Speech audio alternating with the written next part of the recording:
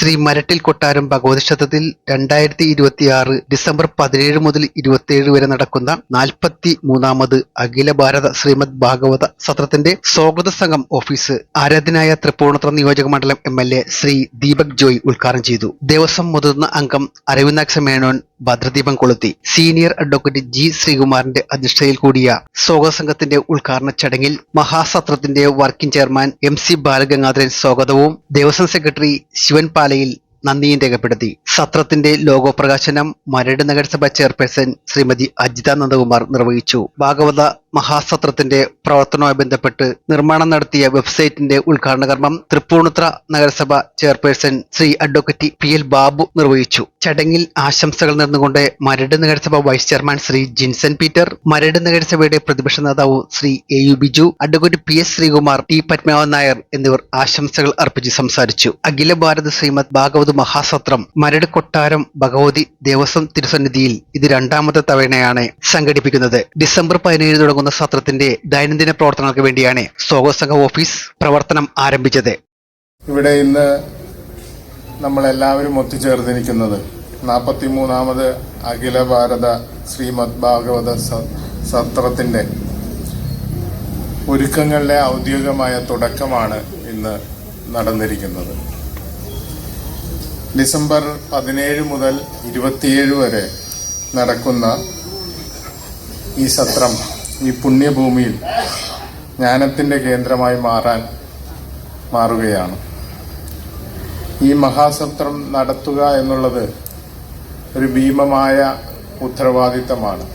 ആ ഉത്തരവാദിത്തം ഏറ്റെടുത്തുകൊണ്ട് മുന്നോട്ട് പോവുകയാണ് ഇതിന്റെ സമിതിയും നമ്മളെല്ലാവരും തന്നെ. ഇന്ന് 3 ചടങ്ങുകളാണ് ഇവിടെ നടക്കുന്നത്. ഇതിന്റെ ഓഫീസിന്റെ ഉദ്ഘാടനം, ലോഗോ പ്രകാശനം, വെബ്സൈറ്റിന്റെ ഉദ്ഘാടനം ഉൾപ്പെടെ നടത്തുകയാണ്. നമുക്ക് വിവരസാങ്കേതിക വിദ്യ ഒക്കെ ഉപയോഗിച്ചുകൊണ്ട് നമുക്കിതിന്റെ പ്രവർത്തനങ്ങൾ ശക്തമായി കൊണ്ട് പോകേണ്ടതുണ്ട്. അപ്പോൾ അതിന്റെ ഘട്ടമായി തന്നെയാണ് ഈ വെബ്സൈറ്റും ഓഫീസ് ലോഗോ പ്രകാശനവും ഒക്കെ നടക്കുന്നത്. ജനങ്ങളിൽ നന്മയും അതോടൊപ്പം തന്നെ അത് ഒത്തുചേരലിന്റെ കൂടിയുള്ളതാണ്. ജാതിമത ഭേദമന്യാണ് ഇവിടെ സത്രങ്ങൾ നടക്കേണ്ടത്.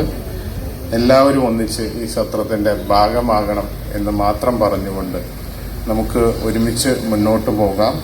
ഇത് ഓഫീസിന്റെ പ്രവർത്തനങ്ങൾ ഇനിയും ഇതിന്റെ തുടർന്നുള്ള പ്രവർത്തനങ്ങൾക്ക് എല്ലാവരും ഒത്തുകൂടാനുള്ള വേദിയാകട്ടെ എന്ന് മാത്രം പറഞ്ഞുകൊണ്ട് നിർത്തുന്നു. നന്ദി, നമസ്കാരം. 43ാമത് അഖില ഭാരത ശ്രീമദ് ഭാഗവത മഹാസത്രം മരട്ടിൽ കൊട്ടാരത്തിലമ്മയുടെ മടിത്തട്ടിലേക്ക് ആഗതയായിരിക്കുകയാണ്. നമ്മൾക്കെല്ലാം ഒരു പോസിറ്റീവ് എനർജി ലഭിക്കുന്ന സത്രമാണിത്. 2017 സത്രമുണ്ടായി. ആകെ പകച്ചു നിന്ന സമയത്താണ് നമ്മൾ അത്ര ഭംഗിയായിട്ട് നടത്തിയത്.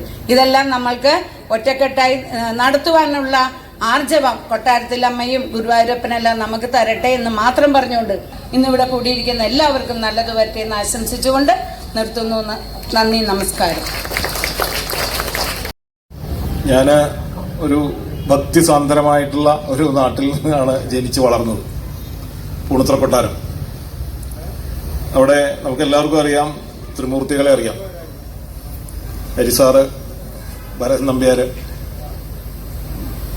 ബാലമേനോൻ, 3 പേര്. ഇപ്പം എൻ്റെ ചെറുപ്പത്തിൽ അവിടെ വൈദ്യലിംഗ ശർമ്മയുടെ ഭാഗവത സപ്താഹം ഉണ്ടായിരുന്നു. ഈയോടെ അദ്ദേഹം അപൂർവങ്ങളായിട്ട് അങ്ങോട്ട് നടത്തിയിട്ടുള്ളൂ. ഈ സപ്താഹം നടത്തിയിട്ടുള്ളത് വളരെ അപൂർവമായിരിക്കും. ഞാൻ 6ാം ക്ലാസ്സിൽ പഠിച്ചുകൊണ്ടിരിക്കുന്ന സമയത്ത് അവിടുത്തെ ഏറ്റവും വികൃതികളായിട്ടുള്ള കുട്ടികളുടെ കൂട്ടത്തിലായിരുന്നു ഞാൻ. ഇപ്പോൾ പലവിധ ഓഫറുകൾ തന്നിട്ട് ബഹളം ഉണ്ടാക്കാതിരിക്കാനായിട്ട് ബാലമേനോൻ എന്നെ, അന്ന് നമ്മുടെ ചെറിയ കൂട്ടുപേരയ്ക്കകത്താണ് ഇതെല്ലാം നടക്കുന്നത്. അപ്പോൾ അവിടെ കൊണ്ടുപോയി ഇരുത്തി. അവിടെ ചെന്ന വഴി ഞാൻ കേൾക്കുന്നത് അംബരീക്ഷന്റെ കഥയാണ്. ഇപ്പോൾ ഒരു ഏറ്റവും ഭക്തൻ എന്ന് പറഞ്ഞു കഴിഞ്ഞാൽ അതിന് പര്യായം അംബരീക്ഷനാണ്. വാസ്തവത്തിൽ നമ്മളുടെ ചെറിയ ചെറിയ യുക്തികൾ വെച്ചിട്ടാണ് നമ്മൾ ഓരോന്നിനെ വിലയിരുത്തുന്നത്.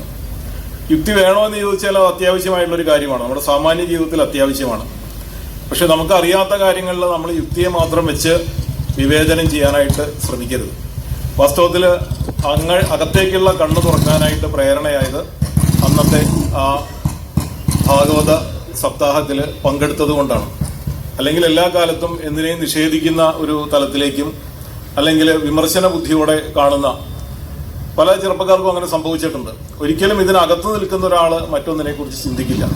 ഭാഗവത സത്രം എന്ന് പറയുന്നത് ഞാൻ മനസ്സിലാക്കുന്നത് ഇത് മരട് ഭാവിയിൽ ഒരു തീർത്ഥസ്ഥാനമായിട്ട് മാറാനായിട്ട് സാധ്യതയുണ്ട്. കാരണം അതുപോലെ ഇപ്പോൾ രണ്ടാമത്തെ തവണയാണ് ഇത് നടക്കുന്നത്. അതുകൊണ്ട് ഞാൻ വിചാരിക്കുന്നു മരട് തൃപ്പൂണിത്തുറ നിവാസികളെല്ലാം മഹാഭാഗ്യവാന്മാരായി തീരുന്ന ഒരു മഹത് പരിപാടിയാണ് ഇവിടെ നടക്കാൻ പോകുന്നത്. ശ്രീമദ് ഭാഗവത മഹാസത്രം. അതിൽ പങ്കാളിയാകാനും ഈ ചടങ്ങിൽ പങ്കെടുക്കാനും ഈ എളിവനായിട്ടുള്ള എനിക്ക് സാധിച്ചത് എൻ്റെ മഹാഭാഗ്യമായിട്ട് ഞാൻ കരുതുന്നു. എല്ലാവർക്കും ഒരിക്കൽ കൂടി നന്ദിയും നമസ്കാരവും പറഞ്ഞുകൊണ്ട് ഞാൻ വിരമിക്കുന്നു.